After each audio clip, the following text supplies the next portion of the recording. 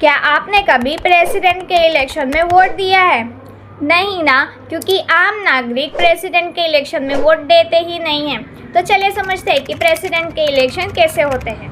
First step is qualification. Candidate 35 साल की as का होना चाहिए या फिर उससे ज़्यादा होना चाहिए, इंडियन सिटीजन होना चाहिए और लोकसभा मेंबर बनने की योग्यता उसमें होनी चाहिए। दूसरा स्टेप है नॉमिनेशन। 50 प्रपोजर्स और 50 सेकेंडर्स चाहिए, मतलब कि 100 मेंबर सपोर्टर में चाहिए होते हैं, प्लस 15,000 रुपये सिक्योरिटी डिपॉजिट के लिए चाहिए होते हैं। स्टेप 3 कि इसमें वोट देता कौन है।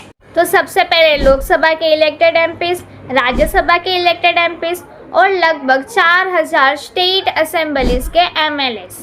सारे एमएलएस और एमपी के वोट की वैल्यू अलग अलग होती है, तो जो फॉर्मूला के ऊपर डिपेंड है।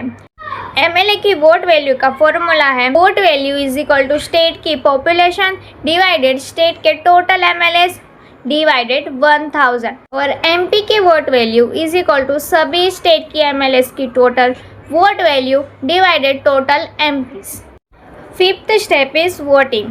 सीक्रेट बैलेट पेपर की मदद से एमएलए या फिर एमपीस अपने प्रेफरेंस के अनुसार 1, 2 या फिर 3 रैंकिंग देते हैं।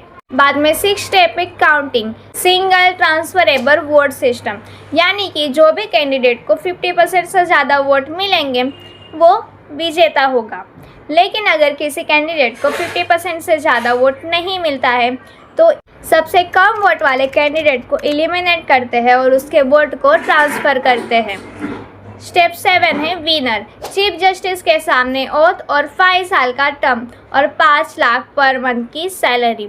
तो अब समझ गए कि प्रेसिडेंट चुनने की प्रोसेस कितनी यूनिक होती है।